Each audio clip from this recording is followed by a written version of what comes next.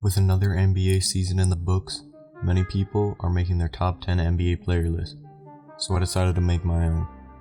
This is based entirely on my opinion of each player's value and how valuable they would be on any team, as well as how good I believe they will be next season. You will definitely not have the exact same list as me, and feel free to disagree with me on it, because it's entirely based on opinion. Now with that out of the way, let's get right into it. At number 10, I have Jimmy Butler. Butler is a player who before the bubble I definitely wouldn't have in the top 10, and the 10th spot probably would have gone to Paul George. But after the disappointing performance from George, and the next level performance from Butler, it's only fair to put him on this list. Butler's one of the best two-way players in the league, but just looking at his numbers wouldn't make you think he's a top 10 player. Averaging 26 and 6 with about 1.8 steals per game, the numbers are good, but don't reflect the greatness of Butler. He took the Heat all the way to the finals and took the Lakers farther than any team before them. He has a work ethic almost unheard of to go along with a killer mentality and willingness to take the last shot. He's not a great three-point shooter, but down the stretch in the fourth quarter, he's a guy you'll see taking the last shot because his clutchness is unmatched by most players. His mental strength combined with scoring and elite defense get Jimmy Butler the 10th spot on this list. At the 9th spot, we have the Cameroonian center for the Sixers, Joel Embiid. Embiid had a bit of a down year this last season, but that's more the fault of the team built around him than his own fault. He's shown his ability to be an elite player in the paint on both ends. He's stronger than most bigs in the modern NBA, and will use that to dominate in the post as well as on defense. While his stats this last season were a downgrade from the 2019 season, 24 points and 11 rebounds is not something you see every day. Probably one of his biggest weaknesses is his offensive efficiency. Usually someone with his playstyle would be extremely efficient from the field, but even in his year averaging 27 per game, he only shot 48% from the field and 30 from 3. If he's able to improve his scoring efficiency, he could become a monster on offense.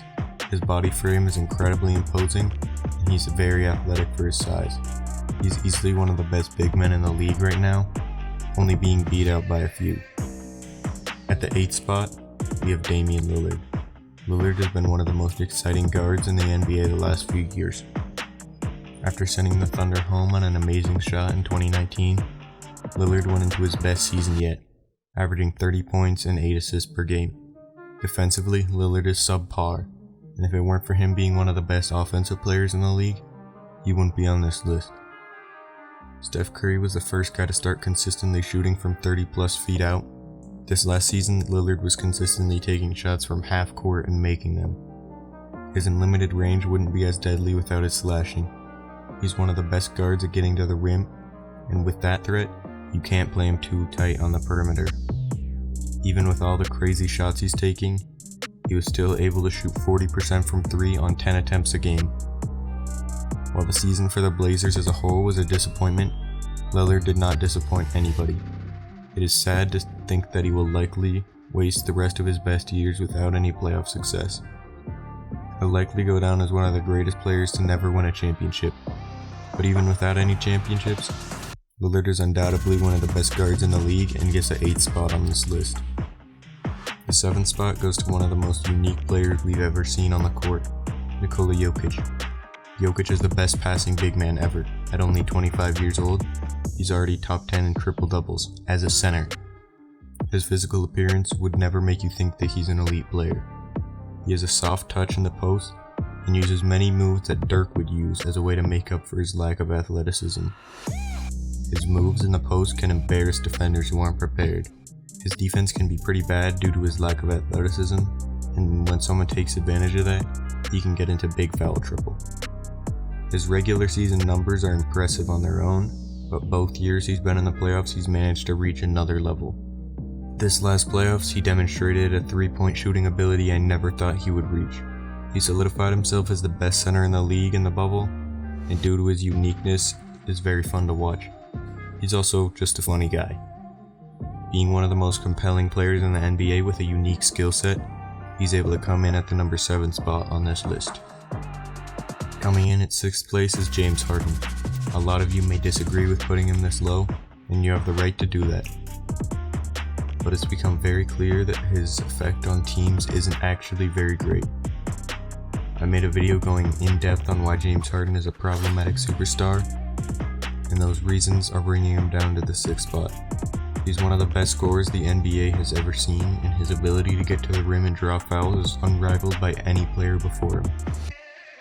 His step back is near impossible to guard because you can't play him tight on the perimeter, and his ball handling skills are among the best in the league. His defense is pretty bad, but isn't as terrible as it once was. Even with all his flaws, his pure offensive skills can't be ignored. That's why he's 6th on this list. Now entering the top 5, we have a possibly controversial pick with Luka Doncic. Many people would likely put Harden over Doncic, but I think Doncic is better.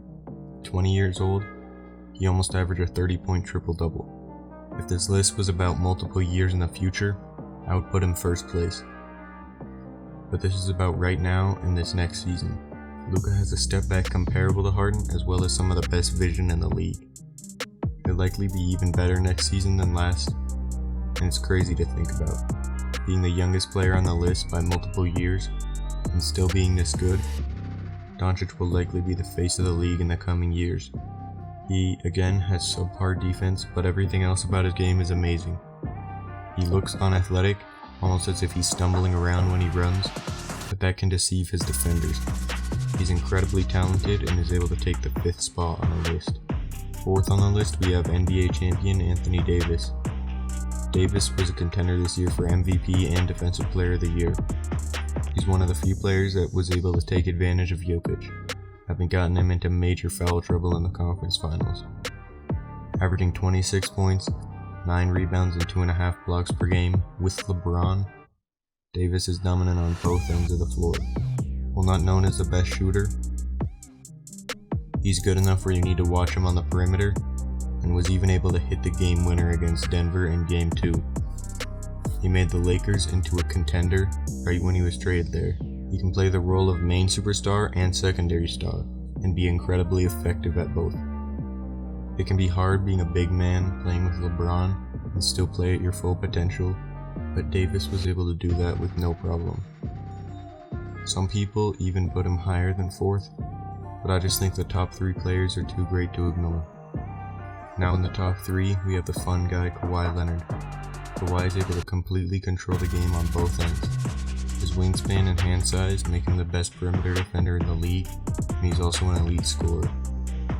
Averaging 27 points, 7 rebounds, 5 assists, and 2 steals a game. Just the stats are a clear indicator that Kawhi is elite. Just watching him play, you know how smart he is on defense. He's a 2-time Defensive Player of the Year, and both of those are well deserved.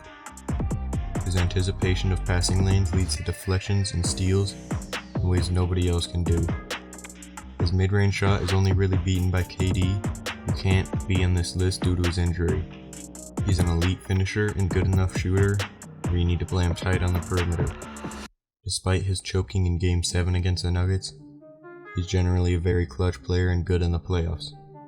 He was considered by many as the best player in the world after the 2019 playoffs.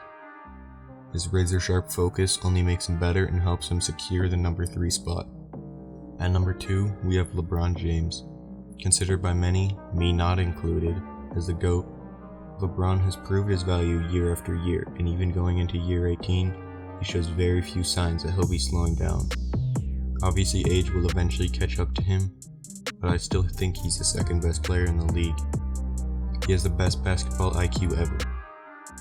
He's an incredible passer and scorer, and while he's not at his best, is still a solid defender. I want to try to balance my LeBron hate on this channel with praise, so I don't seem like a hater even though I can be very critical at times. Most of my criticism for him comes from not believing he's the GOAT, and just some of the dumb arguments people use for him being the GOAT. His talent can't be overstated. Averaging a career-high 10 assists per game with Anthony Davis, LeBron is more determined than ever to cement himself as the undisputed GOAT. It takes a lot to beat out LeBron James as the greatest player in the world, but there's one man who's capable of that. Giannis Antetokounmpo. you knew it was coming. Giannis shows a level of dominance not seen since Shaq. In the modern era where the idea of a dominant bigs is becoming a thing of the past, Giannis' versatility and athleticism combined with his insane strength make him the best player in the league. His shortcomings in the playoffs were more about the way the team was constructed than his own fault. Giannis can bully almost any player in the post and can literally go from half court to a dunk with one dribble. He's the definition of a freak of nature, hence the name the Greek Freak. He's now won back-to-back MVP, and this year won both MVP and Defensive Player of the Year. He's one of a few players on this list that will still be dominating the league for years to come, and is truly an incredible talent. What do you guys think of my top 10 players list? Is there anything you would change? Let me know in the comments. As always, if you enjoyed this video, make sure to leave a like, and if you like this kind of content and want to support the channel, consider subscribing. Anyways guys, this has been Real Talk NBA, and I will see you in the next video. Peace. We'll be right back.